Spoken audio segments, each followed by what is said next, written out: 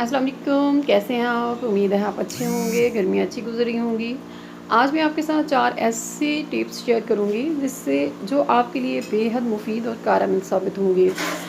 अमूमन देखा गया है कि जब हम अंडे बॉयल करते हैं तो उसका छिलका ठीक तरह से नहीं टूटता। टिप नंबर 1 ये है कि आप पॉलीथीन बैग लें, उसके अंदर अंडे डालें, 1-2 या जितने भी आपने करने हैं। आपको दिखाने के लिए मैंने 2 अंडे डाले हैं इसमें और इसको अच्छी तरह गिरा लगा दी है। अब मैं इसको पानी में रख दूँगी। देखिए सॉस पैन में पानी डाला है और ये अब उबल रहा है। आप देखेंगे कि इसके बाद ये बड़े आसानी से छिलका टूटेगा इसका और अंडा भी ख़राब नहीं होगा। ये मैंने आपको दिखाने के लिए उसको उलट-पुलट करके दिखाया है। इसको थोड़ा सा ठंडा होने दें। ठंडा होने के बाद आप शॉपर में से, पॉलीथीन बैग में से अंडे निकाल लें और उसको पानी में डाल दें या नॉर्मल टेम्परेचर पे उसको ठंडा होने दें, रूम टेम्परेचर पे। इसके बाद आप इसको छीलें, आराम से छीलें, ज़्यादा ज़ोर से ना दबाइएगा। ये देखिए कितनी आसानी से छिलका उतरता जा रहा है। ये बहुत ही अच्छा और बेहतरीन तरीका है। अंडे का कलर भी ख़राब नहीं होता। खुदा न खास्ता अगर अंडा टूटे और जैसे ऐसे होता है कि बाज़ दफ़ा दरार होती है छिलके में तो पता नहीं चलता, इस तरह ये महफूज रहेगा। टिप नंबर 2, फिंगर चिप्स बनाने के लिए या कभी भी आपने आलू को किसी भी सूरत में फ्राई करना हो, डीप फ्राई करने के लिए, इसके लिए ज़रूरी होता है कि आपके आलू खुश्क हों। ये देखिए ये मैंने कपड़े पे डाल दिए हैं, पानी से निकाल के डायरेक्टली, खुश्क नहीं किया। और अब मैं इसी के साथ इसको खुश्क करूँगी। खुश्क करने का फ़ायदा ये होता है जब ये पानी जज़ब हो जाता है कपड़े के अंदर तो ये जब इन्हें डीप फ्राई करते हैं तो डीप फ्राई करने से ये बहुत क्रंची हो जाती है। मैं इसको ऐसे ही डीप फ्राई करूँगी।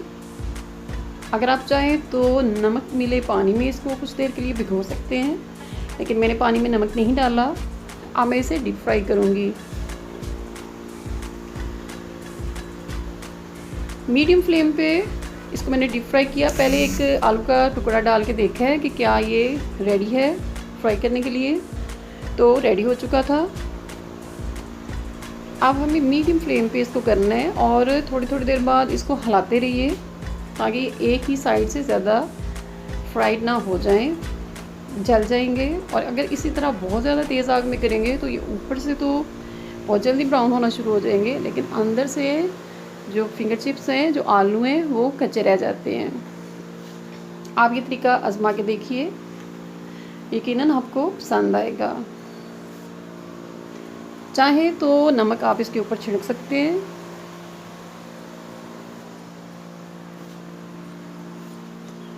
ये फ्राई होने शुरू हो गए हैं, देखिए अब इनका कलर चेंज हो रहा है।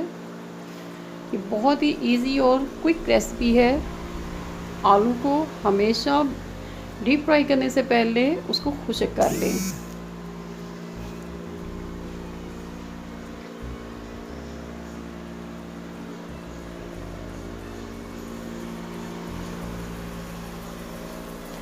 ये हमारे फिंगर चिप्स रेडी हो गए हैं।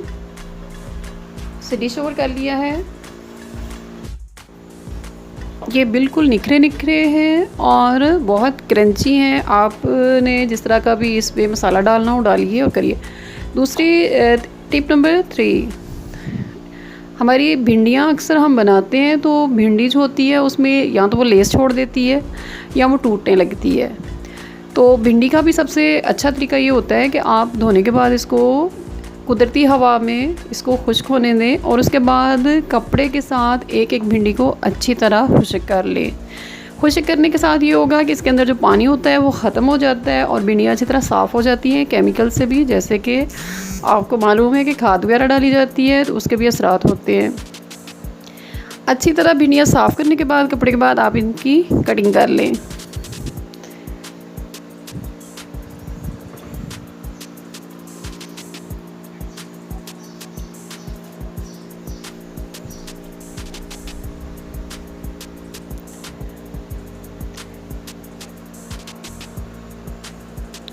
अपनी पसंद के मुताबिक छोटी या बड़ी भिंडियाँ काट लें। मैंने ये लंबी भिंडियाँ थी, मैंने इनके 2-2 पीस किए हैं। जो ज़्यादा लंबी हैं उसका तीसरा पीस किया है, यानी बहुत छोटी मैंने भिंडी नहीं काटी। एक मिर्च भी डाल रही हूँ इसमें मैं, साबुत हरी मिर्च होती है उसकी कटिंग की है। अब बर्तन जिसमें आपने भिंडियाँ फ्राई करनी है उसको भी अच्छी तरह पहले कपड़े के साथ साफ़ कर लें, खुश्क कर लें, और उसके बाद उसमें भिंडियाँ डाल लें। भिंडियाँ फ्राई करते वक्त थोड़ी सी हल्दी डाल लें और थोड़ा सा नमक। जैसे अगर आप 1 स्पून नमक इस्तेमाल करते हैं तो आप भिंडी में उसको फ्राई करते वक्त उसका चौथा हिस्सा जो है वो डाल दें।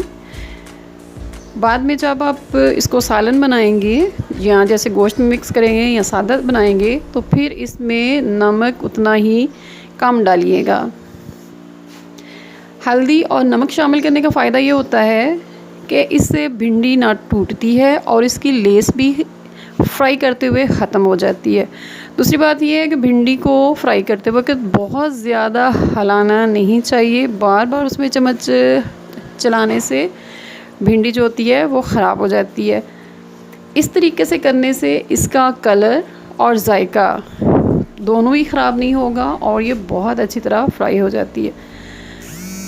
चौथा आज की जो टिप है आपको साथ जो शेयर करनी है वो ये है कि अक्सर बिरयानी या कुछ सब्ज़ियां जैसे हम भिंडी बनाते हैं तो उसमें जब टमाटर हम डालते हैं तो छिलके समेत डालते हैं। छिलके समेत डालने की वजह से वो मिक्स नहीं हो पाता।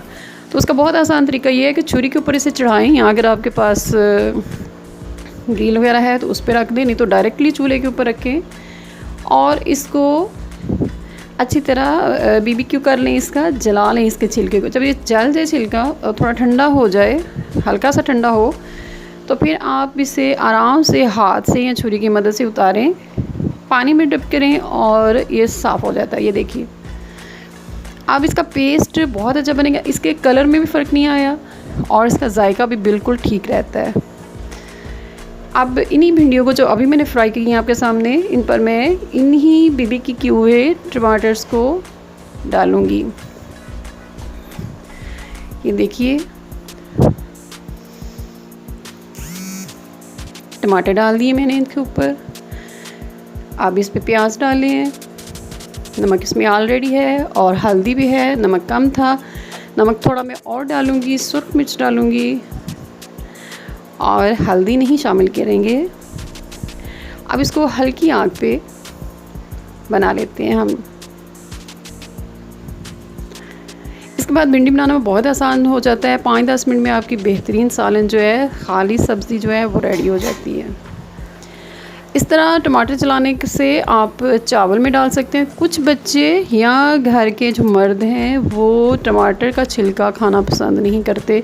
बच्चे खाना नहीं छोड़ देते हैं कि उसमें टमाटर के छिलके हैं। तो आप अपने हर सालन में जो आप रूटीन में बनाती हैं उसमें ये इस तरह आप करके डाल सकती हैं।